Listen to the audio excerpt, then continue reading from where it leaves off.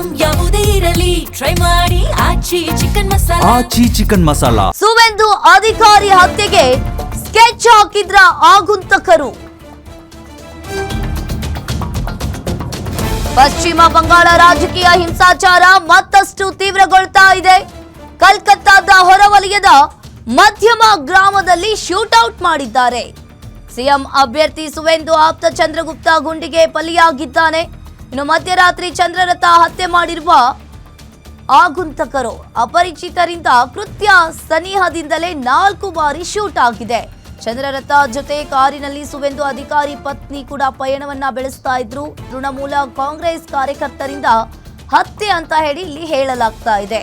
ಹಾಗಾದ್ರೆ ಬಿಜೆಪಿ ಅಧಿಕಾರಕ್ಕೆ ಬಂದ್ರೂ ಕೂಡ ನಿಲ್ಲಲ್ವಾ? ಹಾಗಾದ್ರೆ ಸುವೆಂದು ಅಧಿಕಾರಿ ಹತ್ಯೆಗೆ ಸ್ಕೆಚ್ ಹಾಕಿದ್ರ ಆಗುಂತಕರು ಅನ್ನೋ ಪ್ರಶ್ನೆ ಎದ್ದಿರುವಂತದ್ದು. ಈಗಾಗಲೇ ಪಶ್ಚಿಮ ಬಂಗಾಳ ರಾಜಕೀಯ ಮತ್ತಷ್ಟು ಹಿಂಸಾಚಾರವನ್ನ ತೀವ್ರಗೊಳ್ತಾ ಇದೆ. ಕಲ್ಕತ್ತಾದ ಹೊರವಲಯದ ಮಧ್ಯಮ ಗ್ರಾಮದಲ್ಲಿ ಶೂಟೌಟ್ ಮಾಡಿದ್ದಾರೆ. ಸಿಎಂ ಅಭ್ಯರ್ಥಿ ಸುವೆಂದು ಆಪ್ತ ಚಂದ್ರಗುಪ್ತ ಗುಂಡಿಗೆ ಬಲಿಯಾಗಿದ್ದಾನೆ. ಮಧ್ಯರಾತ್ರಿ ಚಂದ್ರರಥ ಹತ್ಯೆ ಮಾಡಿರುವ ಆಗುಂತಕರು ಇಲ್ಲಿ ಅಪರಿಚಿತರಿಂದ ಕೃತ್ಯ ಸನಿಹದಿಂದಲೇ 4 ಬಾರಿ ಶೂಟ್ ಆಗಿದೆ. ಚಂದ್ರರಥ ಜೊತೆ ಕಾರಿನಲ್ಲಿ ಸುವೆಂದು ಅಧಿಕಾರಿ ಪತ್ನಿ ಕೂಡ ಪಯಣವನ್ನ ಬೆಳೆಸ್ತಾ ಇದ್ರು. ಇನ್ನು ತೃಣಮೂಲ ಪ್ರಕಾರ ಕಾಂಗ್ರೆಸ್ ಕಾರ್ಯಕರ್ತರಿಂದ ಈ ಹತ್ಯೆ ಆಗಿದೆ ಅಂತ ಹೇಳಲಾಗ್ತಾ ಇದೆ. ಹಾಗಾದ್ರೆ ಬಿಜೆಪಿಯಲ್ಲಿ ಅಧಿಕಾರಕ್ಕೆ ಬಂದ್ರು ನಿಲ್ಲಲ್ವಾ ರಕ್ತ ಸಿಕ್ತ ರಾಜಕೀಯ ಅನ್ನೋ ಪ್ರಶ್ನೆ ಎದ್ದಿರುವಂತದ್ದು. ಸುವೆಂದು ಸಹೋದರ ದಿವ್ಯೆಂದು ಹತ್ಯೆಗೂ ಕೂಡ ಪ್ಲಾನ್ ನಡೆದಿತ್ತು ಅಂತ ಹೇಳಿ ಇಲ್ಲಿ ಗೊತ್ತಾಗ್ತಾ ಇರುವಂತದ್ದು.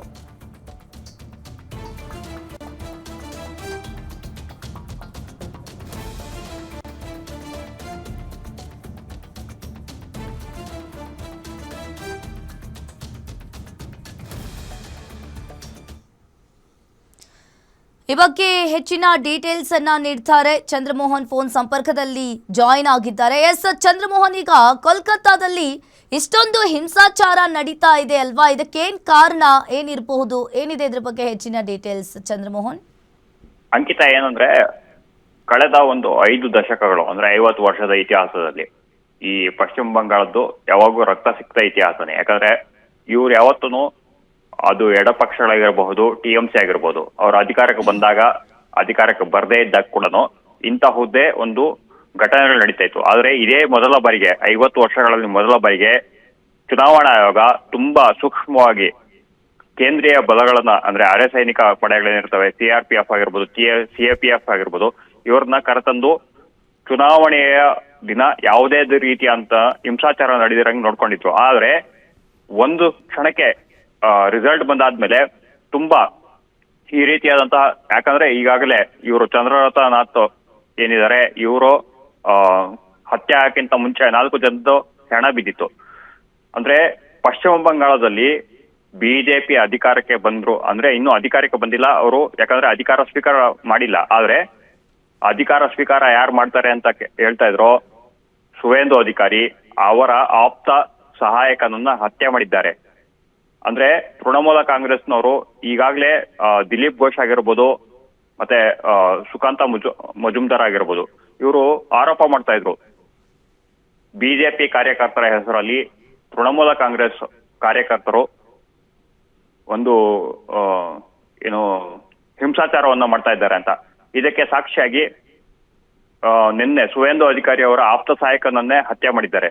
ಸುಮಾರು ರಾತ್ರಿ 10:30 ಹೊತ್ತಿಗೆ ಈ ಘಟನೆ ನಡೆದಿದೆ. ಮತ್ತೆ ಅಲ್ಲಿ ದಿವ್ಯೇಂದು ಅಧಿಕಾರಿ ಯಾರಂದ್ರೆ ಸುವೇಂದು ಅಧಿಕಾರಿ ಅವರ ಸಹೋದರ, ಅವರ ಹತ್ಯೆಗೂ ಕೂಡ ಪ್ರಯತ್ನ ಮಾಡಿದ್ದಾರೆ. ಮತ್ತೆ ಈ ಚಂದ್ರರಥನಾಥ್ ಇವರು ಪ್ರಯಾಣಿಸ್ತಾ ಇದ್ರು ಅದೇ ಕಾರಿನಲ್ಲಿ ಸುವೇಂದು ಅಧಿಕಾರಿ ಅವರ ಪತ್ನಿ ಕೂಡ ಪಯಣಿಸ್ತಿದ್ರು ಅಂತ ಒಂದು ಮಾಹಿತಿ ಇದೆ. ಆದ್ರೆ ಇದು ಖಚಿತವಾಗಿ ಸಿಕ್ಕಿಲ್ಲ. ಆದ್ರೆ ಪಶ್ಚಿಮ ಬಂಗಾಳ ಅನ್ನೋದು ರಕ್ತ ಸಿಕ್ತ ಇತಿಹಾಸದ ಒಂದು ನೆಲ. ಅದು 50 ವರ್ಷಗಳಿಂದ ಎಡಪಕ್ಷಗಳು ಯಾವ ರೀತಿಯಾದಂತಹ ರಕ್ತ ಸಿಕ್ತ ಇತಿಹಾಸವನ್ನ ರಕ್ತ ಚರಿತ್ರೆಯನ್ನ ಬರೆದಿರೋ 2011ರಿಂದ ಮಮತಾ ಬ್ಯಾನರ್ಜಿ ಅವರು ಬಂದ ನಂತರ ಕೂಡ ಅದೇ ರಕ್ತ ಸಿಕ್ತ ಇತಿಹಾಸ ನಡೀತಾ ಇತ್ತು.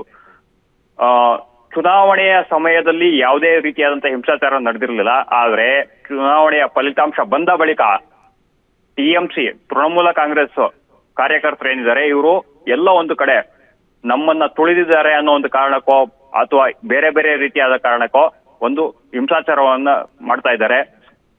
ಅದರ ಮುಂದುವರೆದ ಭಾಗವೇ ಚಂದ್ರರಥನಾಥ್ ಇವರ ಹತ್ಯೆ ಆಗಿರಬಹುದು. ಬಟ್ ಏನಂದ್ರೆ ಸದ್ಯಕ್ಕೆ ಅಲ್ಲಿ ಸುವೇಂದ್ರ ಅಧಿಕಾರಿ ಅವರು ಇರಲಿಲ್ಲ. ಯಾಕಂದ್ರೆ ಸುವೇಂದ್ರ ಅಧಿಕಾರಿ ಅವರು ನಂದಿಗ್ರಾಮ ಮತ್ತು ಭವಾನಿಪುರ ಎರಡೂ ಕಡೆ ಗೆದ್ದಿದ್ದಾರೆ. ನೆಕ್ಸ್ಟ್ ಸಿಎಂ ಕೂಡ ಆಗ್ತಾರ ಅವರು. ಅಂತಹ ವ್ಯಕ್ತಿಯ ಮೇಲೆ ಹತ್ಯೆ ನಡೆದಿರೋದಂತೂ ಅಂದ್ರೆ ಇದೊಂದು ರೀತಿಯ ಇದು ರಕ್ತಸಿಕ್ತ ಇತಿಹಾಸದ ಮುಂದುವರೆದ ಭಾಗ ಅನ್ಸ್ಬೋದು. ಬಟ್ ಬಿಜೆಪಿ ಅಧಿಕಾರಕ್ಕೆ ಬಂದ ನಂತರ ಈ ರೀತಿಯಾದಂತಹ ಹತ್ಯೆಗಳು ನಡೆಯೋದು ಸುಲಭವ ಅನ್ನೋದು ನೋಡ್ಬೇಕಾಗುತ್ತೆ. ಅಂಕಿತಾ, ಥ್ಯಾಂಕ್ ಯು ಚಂದ್ರಮೋಹನ್ ನಿಮ್ಮೆಲ್ಲ ಮಾಹಿತಿಗೆ.